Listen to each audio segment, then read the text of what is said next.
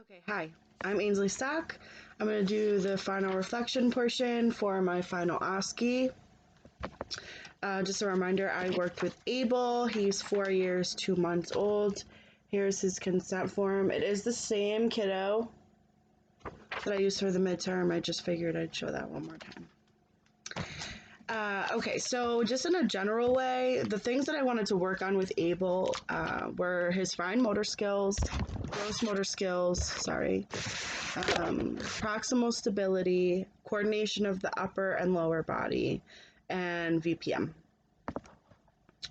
So just to go through all the tasks individually. So in the first video, you'll see that I had Abel putting stickers on cardboard coins. Tons of motor and processing skills necessary for that task. So he had to pick up and grip the sticker. He had to align it onto the coin. He had to use his other hand to stabilize the coin. He had to make sure that the sticker was correctly positioned on the coin.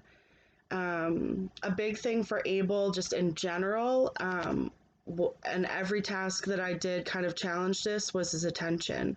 So he had to attend to this task. He had to focus on it. He had to move his body, and he had to initiate and terminate the task. Another big one with the sticker portion of my treatment session is that he had to choose the correct sticker. So you'll notice sometimes in the video I kind of verbally prompt him, like, yellow sticker goes on the yellow coin. Sometimes I didn't give him that verbal information, so Abel had to kind of think and process, okay, this is a yellow coin, I need to grab a yellow sticker. For the ball toss portion of my activity, mainly motor skills necessary, but there were definitely some process skills required. So he had to reach, he had to grab the ball, he had to move his body, and he had to calibrate the amount of force that he used. So I noticed in the assessment portion when I worked with Abel for the midterm OSCE that he struggled with kind of that proprioceptive input and like how much force was he using on the ball. I noticed some very similarly today, during the treatment session, that he has a hard time calibrating the amount of force that he's using on an object. And I did also notice that it got worse as he got further along into it. So it may have something to do with fatiguing. Some process skills required with the ball toss is he had to kind of heed what I was saying. I asked him to do a ball toss. He had to listen to what I was saying, and again, he had to attend to the task. For the tightrope portion so I have Abel walking on a ribbon. We called it a balance beam. Again, he has to align. He has to align his feet on the ribbon. He also has to stabilize with his core and his arms. You'll see at some point his arms go out to kind of help him stabilize. He has to flow throughout this activity.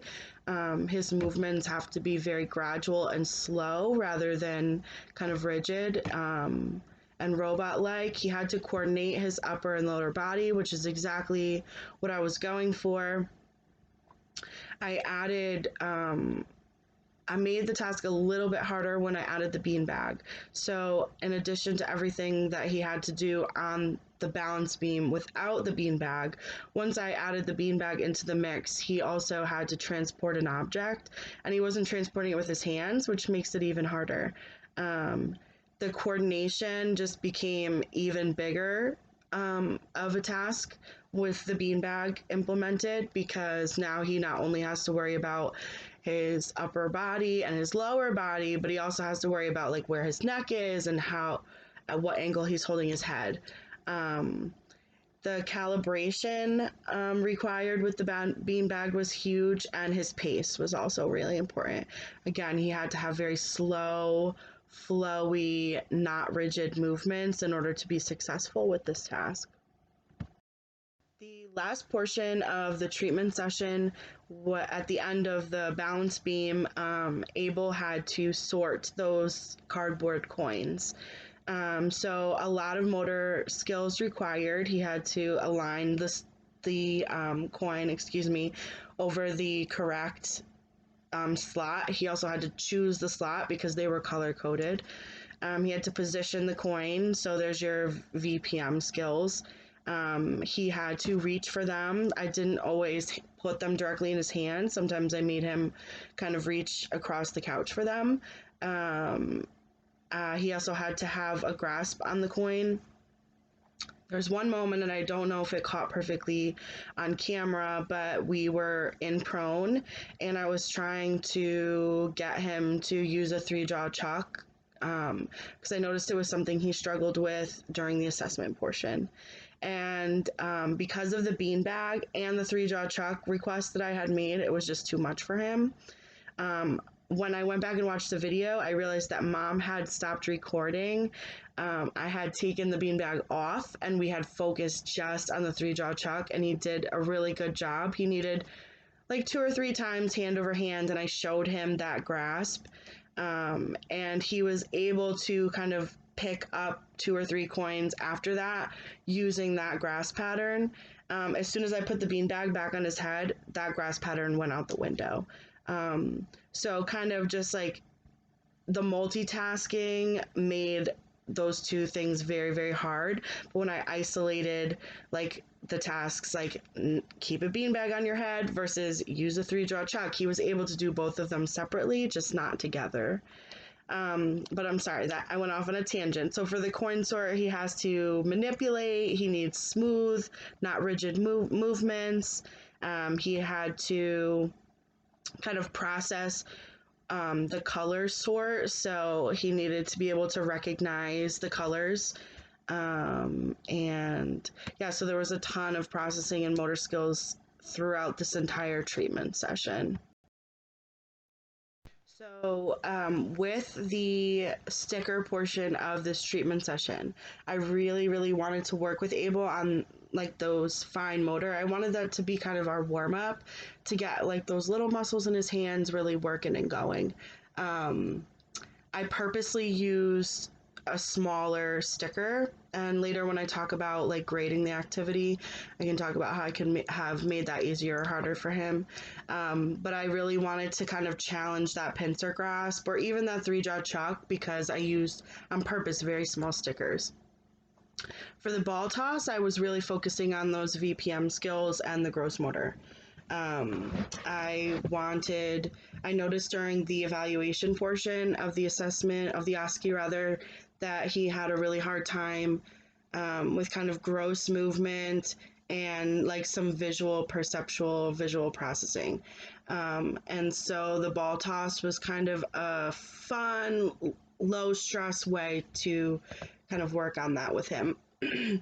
For the tightrope activity, my intentions were really to work on the coordination of his upper and lower body, the VPM skills once again, and that proximal stability. So I noticed again during the assessment that there was like some core weakness that I really wanted to work on. Some of his movements are kind of like really jello-y, and he was not able to do prone extension during the assessment at all. And so I thought that this might be a fun way to kind of work on his core strength. Same thing with the beanbag. That kind of was like just taking it to the next level. That was kind of the tightrope graded up. And the coin sort, I'm working on really all of that stuff. Fine motor, gross motor, not so much core strength, but he was standing when I asked him to do it, so I was challenging that core strength at that moment. Visual, perceptual, motor skills, huge with a coin sort, and again, he was standing, so coordination of upper and lower body was required. If he were seated, then that's not necessarily something that I would have been working on with him. So to grade these things up, the stickers, if I used a bigger sticker, that would have been an easier task. With the ball toss, same thing. If I used a bigger ball, it would have been an easier task. To make that harder, I could have upped the repetitions that I required of him. I could have made the ball smaller, or I could have made the distance between us bigger. For the tightrope, I used a very bright orange ribbon to grade that up. I could have very well used a piece of string. I could have used an actual balance beam that's off the floor. To grade that down, I could have made it wider, I could have made it shorter, I could have had like cut out footprints where he would actually put his feet. Um, the beanbag activity grade that up, I could have made the beanbag bigger or heavier to grade it down. Am I saying this the right way? To make it harder, I could have made the beanbag lighter, or yeah. For the coin sort, I definitely put a lot of thought into the coin sort because I wanted to work on fine motor, but I also didn't want to challenge him too hard because he's only 4. He's a young 4.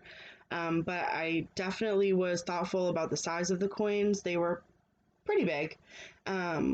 To make that harder, I could have made the slots smaller to just fit the actual coin.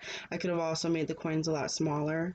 To make it easier, I could have used actual coins, which was a thought that I had, but I kind of wanted to start with something bigger and maybe a little bit more fun.